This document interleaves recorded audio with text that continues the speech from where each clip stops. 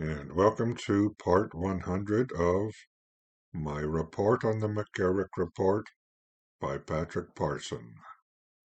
We continue Chapter 25, Knowledge of Prior Allegations and McCarrick's Activity during the Papacy of Francis, Spring 2013 to Spring 2017, and we are in Part B, Holy See Decision-Making and McCarrick's Activity during the Papacy of Francis, Spring 2013 to early 2017.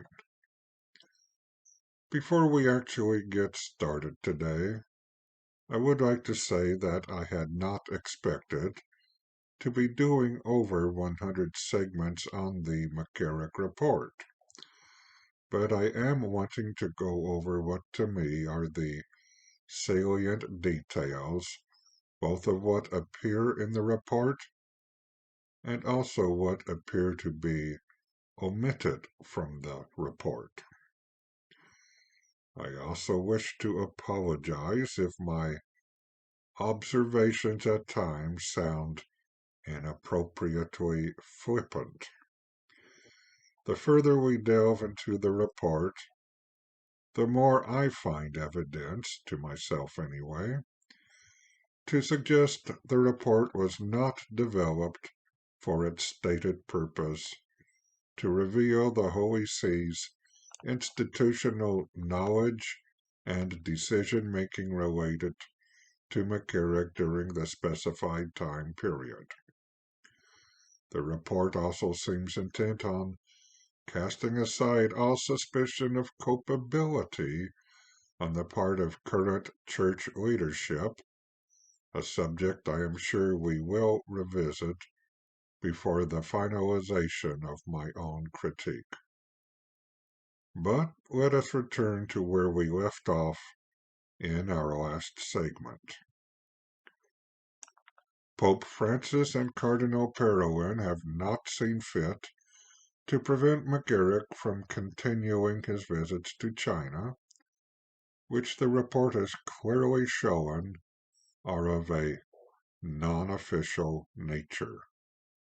McCarrick himself claimed, as a footnote on page 426 shows, that he was, quote, never a diplomat, unquote, and that what he tried to do was, quote, get people together to talk and help people understand each other, unquote.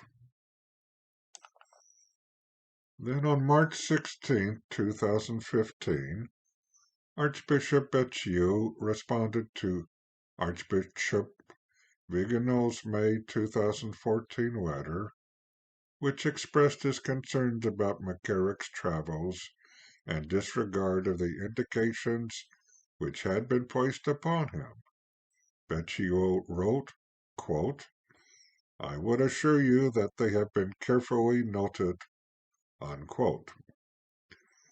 The report states Vigano did not pursue the matter further.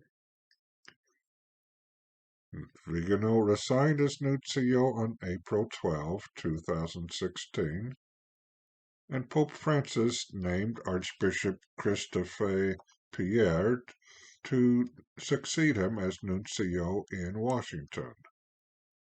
Before his resignation, Vigano thanked McCarrick for his, quote, commendable ministry, unquote, to the Church, and for reaching out to China and the Muslim world, saying McCarrick's efforts would undoubtedly bear much fruit.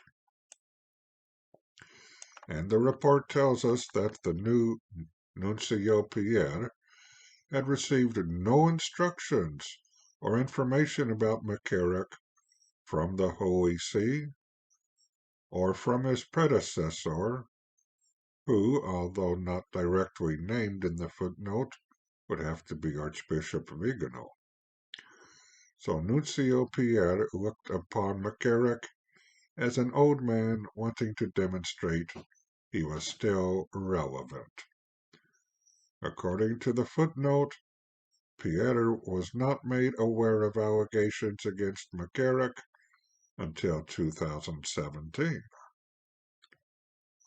Now another footnote describes a letter that Father Boniface Ramsey wrote on June 17, 2015, to Cardinal O'Malley, President of the Pontifical Commission for the Protection of Minors, mentioning possible sexual abuse or harassment by McCarrick with seminarians and possibly other young men, while McCarrick was Archbishop of Newark. Cardinal O'Malley's secretary, Father Robert Kirkham, replied to Ramsey to inform him that the allegations fell outside the Pontifical Commission's jurisdiction because they did not involve minors. Oddly enough, no mention is made of any commission who would have jurisdiction.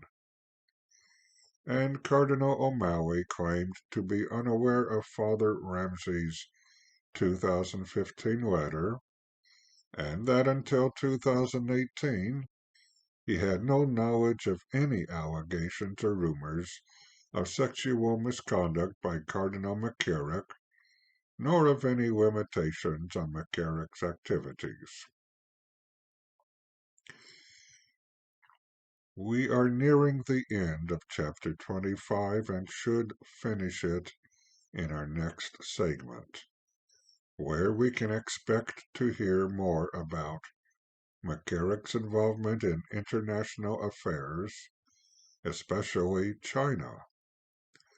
Until then, perhaps we should think about what to expect when we ourselves stand in judgment before God.